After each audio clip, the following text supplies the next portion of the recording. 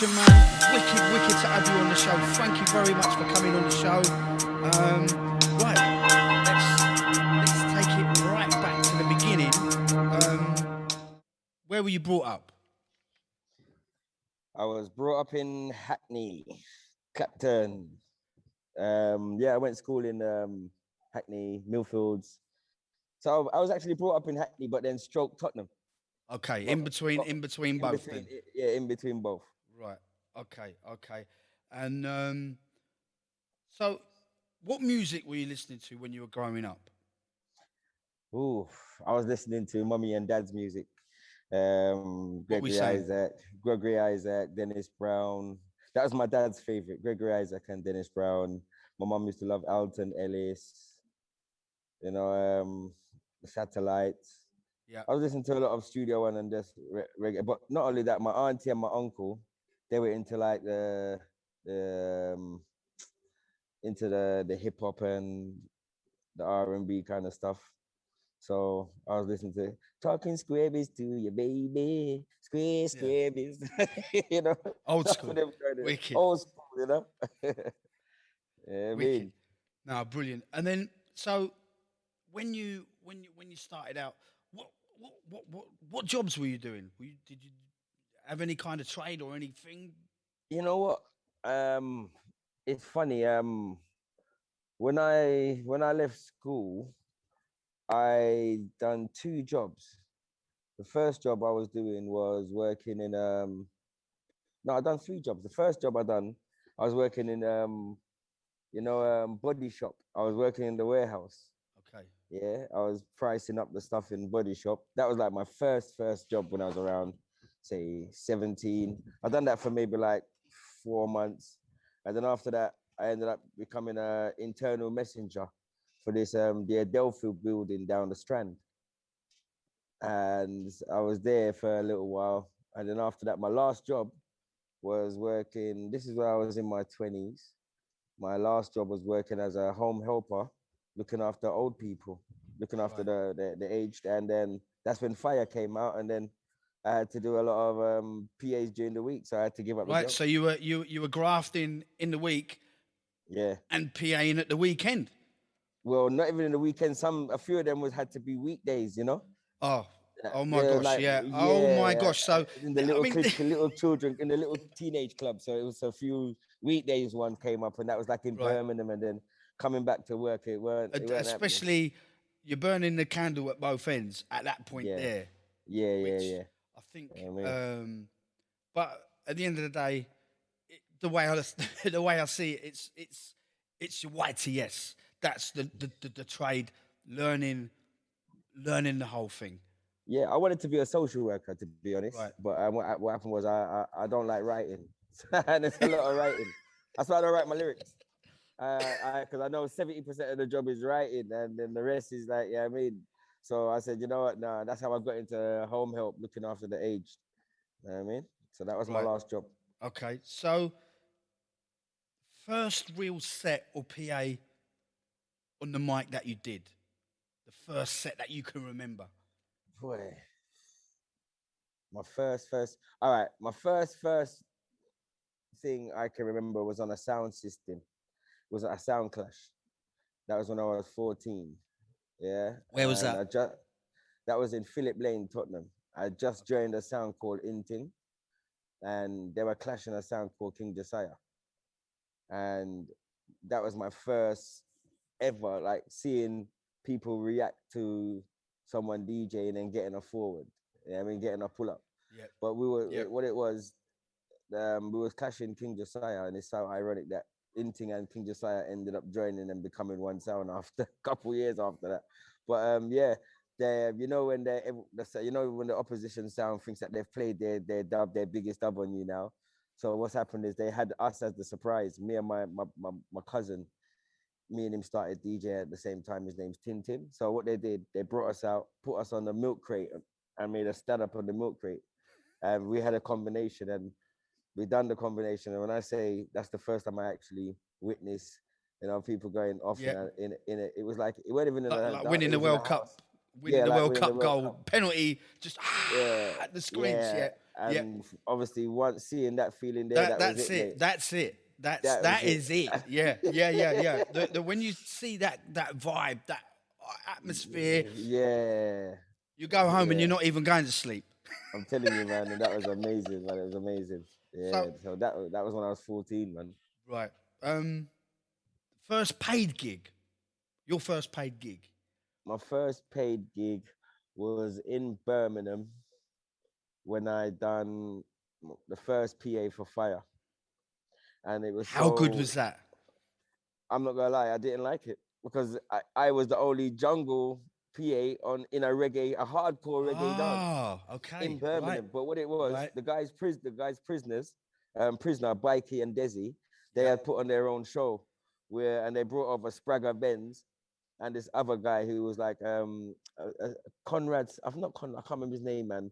But it was Spragger Benz, and he was the other guy was the headline. He's a singer, and they put on this guy before me, and he was doing reggae, and it was a local artist from Birmingham, a white guy, and he's come on, mash up the place, and they've put me on after with this one jungle song.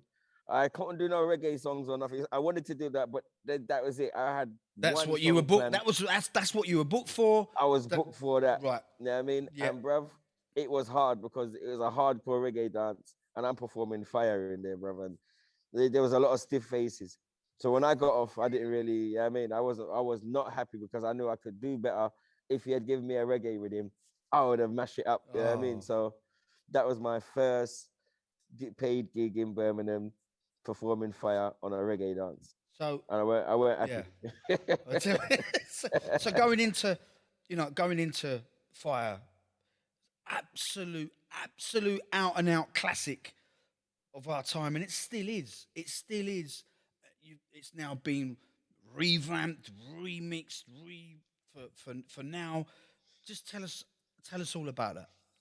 Boy, well, Fire came about when I had just come back from living in America with my dad, and I'd seen my friend, and he said, "Boy, Bikey wants to do a Whereabouts remix." in the states? I was in Connecticut, Hartford, Right. Connecticut, with my Okay. dad for a year, and I'd come back now because Terry T said, "Yo, you need to come back, boy. This jungle thing is mashing up the place. You need to come back." So I've come back, and What year was this now? this is 1994. Okay. This is Only a June couple 90. of years ago, you know. Yeah, this is June '94, and I've seen a friend there, and he's like, "Yo, Bikey wants to remix that song you done, Pretty Looking Girl." I said, "Yo, that's an old tune now, but I'm a better artist now, and I could do much better than that." I said, "You know what? Furthermore, I'm gonna come to the studio, and I'm bringing a producer." You know what I'm saying? So I've brought Terry T. We've come to the studio, and basically, Fire is three different lyrics. The first piece, when I say Fire, Bundy, play a song, that's something I had. Like everybody had an intro at the time. You had Beat Him Yeah. with Oh God, Bad Man, Nicky David. So like Fire was like my little intro before I go into my lyrics, in it. Yes. And then for the better fast more time out. That's a style that I had from Justice Sound.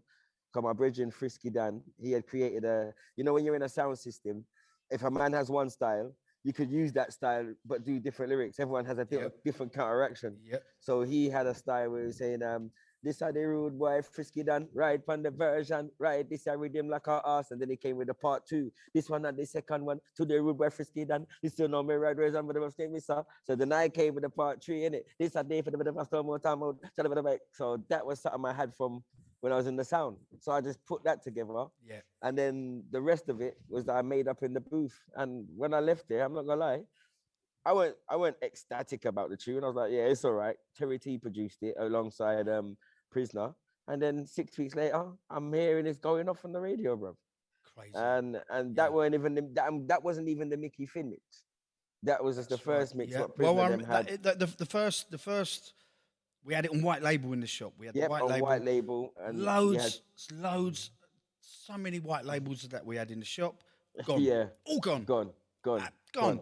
Gone. yeah. And then Asking, when please, can we get reprints in? yep, And and then then you had the Mickey Finn and the Urban yeah, Takeover remix. yeah, Urban Shakedown remix, and then that was it, mate. And I saw it went to number 33 in the national charts, and Wow. that was that was it. Started to go around and tour and do PAs, and you know what I mean. And yeah, I never looked back since, man. Fire has No. taken me so much places, and still places I haven't been that people still want to see me. You Yeah. know what I mean? So I'm grateful for it, man, because it's taken my voice and my name to, so like I said, so much places where I haven't even been yet. You know what I Yeah. mean, This whole Australia, music thing New has taken Zealand. us to places that, Yeah, you know what I mean. yeah. Well, well, maybe not me. You, mate. I know you've been all around the flipping atmosphere, mate. You've been all over the atmosphere, mate. Trust me. Yeah, I know you've been there all 3, 4 times or more. So, what was the first record that you actually bought? The first tune that you bought on record The first tune I yourself? bought on Yeah. record was um, a Dennis Brown song, "Someone Special," and it was I only bought it because I like the color of the record. That's when they The started to do artwork. color. The artwork. Not even the actual record itself, not the sleeve, the record. That's Oh, because the actual obviously in the everything was middle. black in it. Okay, right. Yeah, no, not in the middle. The actual the liquid the Mac the lac what you call it, the liqueur, the record The itself. actual record. Yeah, Okay, yep. right. Them because obviously it was always black in it, and then Yeah. twos they were coming with yellow Yeah. ones, Different color blue vinyl. ones, Yeah. Yeah. Yeah. different kind of vinyl. You Yeah. understand? Yeah. Yeah. So my dad used to work in Regal Records, but he used to work on the market on Wrigley Road on the with the Okay. mobile because Right. they Yeah. had a And where's the mobile where's the shop. main where was the main one? The main one was in Hackney, in it, opposite Okay. Mother's Hospital, where I was Okay. born. Right. And I used to go there on weekends. You know what I mean, because my dad used to be in there, and my sister's mums used to work. My sister's mum used to work in there with Eddie Regal and June.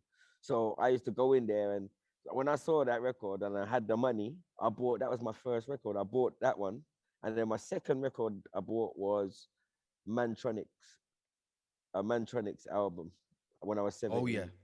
Yeah, Yeah. because I was a Mantronics fan. I used to Yeah. body pop and them Same things. with You know me. Yeah. what I mean? But yeah, those are the first two records. And I remember when I bought that Mantronics one on my 17th birthday. I was spending a weekend with my auntie in Catford, and I went to Catford, the shopping mall, and I went to buy the record. And I was 1 pence short, and this man would not let me off. I had to, I swear. And I walked around the mall. Look, I walked around the shopping mall, and I found 1 pence, brother. I went back and because I had just bought up what it is, I had about maybe 100 and something pound. I bought a pair of C17 jeans. I bought a pair of Adidas torsions, and the change I had left was enough to buy the record. But I was 1 pence short, bro. And I walked around the mall and I found it on the floor, and I went back with a big smile on my face, Brilliant. like, you're ass, you're I sitting got it. I there. got it. I got it. I got it, mate. 1 pence. This boy would not let me off, man. Okay.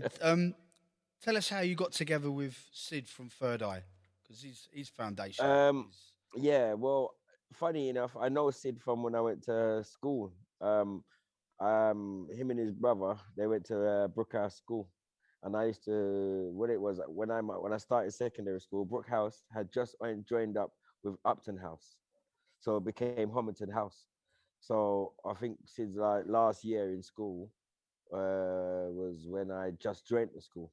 So I already knew him from at school, and then when I moved to Tottenham, and I was still going to school in Hackney, I knew him from around because I used to live across the road from Ida Estate, so he used to walk down Seaford Road. So I knew him anyway. But what happened was 2010, I was in the studio above Music House down Tottenham Hill. yeah. I rented a room from Chris down there, and me and Terry was like, well, Terry actually rented a room, and Terry said, "Come in." So I was up there, and what's happened is Sid's come around there to come and see me. I played him some music, and I think what happened is as well, I had given Potential a vocal of Jungle Bust Me to do a mix of it. But what happened was must have been a good 6 months after now, and I had revoiced the track. So when Sid came to me, I said to him, "Yo, give Potential these vocals. I've revoiced the track and it's much better now." So obviously he's gone back to Potential, giving him the vocals. He's heard the tune, and he's come back to me on New Year's Day, 2010, on New Year's Day, and said, "Look, I want to manage you, innit?" Brilliant. So he's like, "Boy, Brilliant. just give Wonderful. me." He's like, "Give me." This was like New Year's Day. He's like, "Give me till March. we're gonna put the video out for Jungle Bus Me, and we're gonna do certain things. And once that's done, if you're happy with what I've done, then we'll go for the contract, innit? So what he said he was gonna do, he did it. The came, the video was ready. So before we pressed the button, I got my cousin to sort out the contracts because my cousin is a lawyer. Brilliant. You know what I mean? And that's it. We've been together since 2010. But Brilliant. because we have got a good friendship, it helps. And I've brought to the table because I already was a established artist as well. I mean, traveled around with Terry T and DJ Soldier Yeah. and DJ Vadim and these guys. So I still had my numbers and my links to the promoters. And yeah, I mean, it just tightened up the ship really because I needed a manager. Brilliant. That's what it It's was. just I did. the next step, isn't it? Really, when you think Yeah, yeah, about it. yeah. Yeah. And yeah, and having him around, he's come and just because my music was all over the place, people claiming for you and you not getting not knowing and records here and there, and he's just come and sorted out the publishing, Yeah. and that's it. The ship is tight now. You know Yeah. what I mean? He's on the ball. He's on the ball. Yeah, So, he's on the ball, mate. the Frequency album, it's out now, Yep, featuring a whole heap of artists. You've got yep. Voltage on there. You got Ray Keith. You got Potential. You got Aries. You got Chopstick Dubplay. Danny Styles, King Youth, Night Shift, Selector J Man, um, Fantasy, Fantasy. You got a whole, Benny um, Page, Marcus Visionary. Yeah, yes, man. yes, Marcus. So how did King that come Youth. about? How did that actually come about now? Well, You've got it because it's on vinyl as well now. So yeah, it's it's out on now. vinyl. It's out now. You Yeah, get it on download and you get it on vinyl as well. So yeah, yeah. Well, over the years, obviously, I would say over a period of maybe 2 to 3 years, um, I've been voicing. I'm a person. I'm always being creative in it. So we didn't just sit down and say, "Yeah, I'm gonna voice these tracks for the album." Some of the tracks were voiced already. I just had to give the vocals to a few people. You know what I mean? As you know, Jungle Bust Me was already there. Potential just gave me a new mix, and not only that, I've got a friendship with quite a lot of these guys in it. So Benny yeah, Page, I know personally, Marcus Visionary, King Youth, Aries, Chopstick. Um, the only person I didn't really know was Fantasy and Voltage. You know what I mean? So I actually reached out to Fantasy and Voltage, me and Voltage, he reached out to me to do a project for his album that just released. yeah. I So want to obviously talk we've got about that in a yeah. second. So built a friendship there. So I asked him to do a mix with me, and Bob's your uncle, man. You know what I mean, so yeah, it took a little while to get together because you know how it goes. You hear a mix and you might say, "Oh, I liked it, but can you change this or this and that?" So Yeah, a few things had to be changed here and there. A few people had other projects they had to deal with first. You know how it goes. So you know what I mean. Wait. Actually, the wait, it was worth the wait. Getting it all ready, and you yeah. know what I mean, It's all the the whole ups and build up and downs. everything. That's yeah, Yeah, it was worth the wait, man. It's worth the wait, and then getting Sizzler and Kabaka Pyramid and Eka Minor, Tipper Irie. You know what I mean? yeah. It was a pleasure to have All the them on the album as vocalists. well. Yeah, My friend Mikey yeah, Dangerous, Show Stevens, who's done Revolution with me. You know what I mean? yeah. It's a He's great on there album. as It's well. a So great yeah, album. You man. got everything for Yeah. everybody and anybody on there.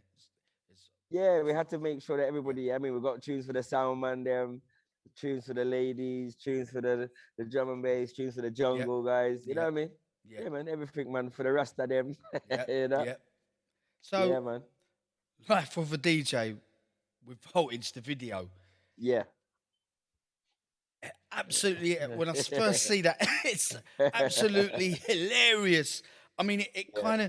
it kind of reminded me of the Monty Python sketch, the spam, Yeah. spam, spam, spam, spam, when they all going in the calf, and it Yeah, kind of yeah, reminded me of that yeah. at the beginning. How many takes did you do Would you believe doing for that? that? For you mean in the calf, we done around maybe 3 takes for that. It wasn't I much, tell you yeah. what, I'd be doing a few hundred, I reckon. Yeah, we It's done just about three hysterical. takes for the calf bit. But I'm telling you, the finished project, man, it looks wicked, man. I loved it, man. It's really Voltage. He's a good guy, man. He's He's cool, brilliant. man. No, he's He's wicked. brilliant, man. He's wicked. He's I brilliant. mean, He is wicked. yeah, So, right. So let's mentioning no names. The worst set. or experience that you've had at a gig or at a venue? Worst experience that you've had. No, don't have to Would you, mention any names if you don't want to. would you believe, right? The worst experience I've had at a gig is not even to do with performing, bro. Oh gosh. If this guy sees the interview, he's gonna definitely know I'm talking about him. Yeah. Oh But gosh. this is actually in Vancouver. Yeah. The West white side, bread. west side of Canada. Yeah. Yeah, I don't know if you remember, they had this white bread festival. It was like a 3 day festival. So yeah. Yeah. And You used to go Canada quite a lot, right? yeah, well, I lived there, innit? That's right. So Yeah. I mean, yeah, I Yeah. lived there. So that this is the time when I was living there, and slip and slide, and all these guys are That's out it. Yeah. there. Yeah, Capital J. Yeah. Yeah, Marcus, of course. and would you Yeah. believe Shabba was there as well? Okay. Right. Okay. Shabba, so Shabba knows what I'm talking about. Yeah. So basically, what's happened? One of the DJs, who was actually one of the promoters, yeah, I was actually staying with him. What we've done, they've rented an RV, yeah. Right. Now, not to say, but what they've done, he's got a watermelon. He's injected the watermelon with alcohol. On top of that, he was just smoking all day. He was smoking because he had his own stuff in it. You know, in Vancouver, they're good growers. So that, he had that, and then he's had a little bit of MDMA and all that stuff, bruv. And let me tell you, right, he was meant to play the Saturday. You see, the Friday evening, this Right. guy has got so wasted. Yeah, he's come back to the RV. And this is the guy that's running the show.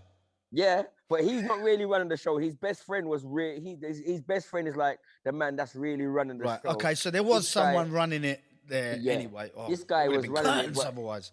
yeah, this guy was running it, and plus he was also a DJ on it. But his friend really, John, was the man that was running it. So what's happened is he's come back to the RV now. I mean, him and his missus, and what's happened is they've taken a bit too much stuff, haven't they? And he's come in the RV, and I'm in the RV now, and he's shouting, "Demolition Man!" Boy. So he's gone to the back now of the RV, and he's like, "Oh, babe, come and give me a hug. Come in." And then, cut a long story short, he's like, "Oh, I need to go toilet." So he's got up, and before he's got to the toilet, this guy is starting to doo-doo in his hand, bro. Yo, and then he's like, It's something that you'd see on a film or something. Just bro, this man started to shit in his hand. And then he's looked at it, and then he's gone, "Tasty." Oh, he Bruv, and definitely weren't there. And then after that, he started to do more and started to throw it around the RV, bruv. He was dashing. The lights are on, but nobody's in. Bruv, he started to wipe it down on the walls and everything. Bruv, we've had to, cut a long story short, we've had to end up tying this guy up with the red blanket in duct tape and for the ambulance to come and get him, bruv. The on-site Men in the white ambulance coat said to come and get him. Yeah, the For real. on-site ambulance come and get him, and you see what they came and they brought him back like early hours of the morning, and they said this guy cannot come out if you let him out, brother. And I'm talking about Shabba.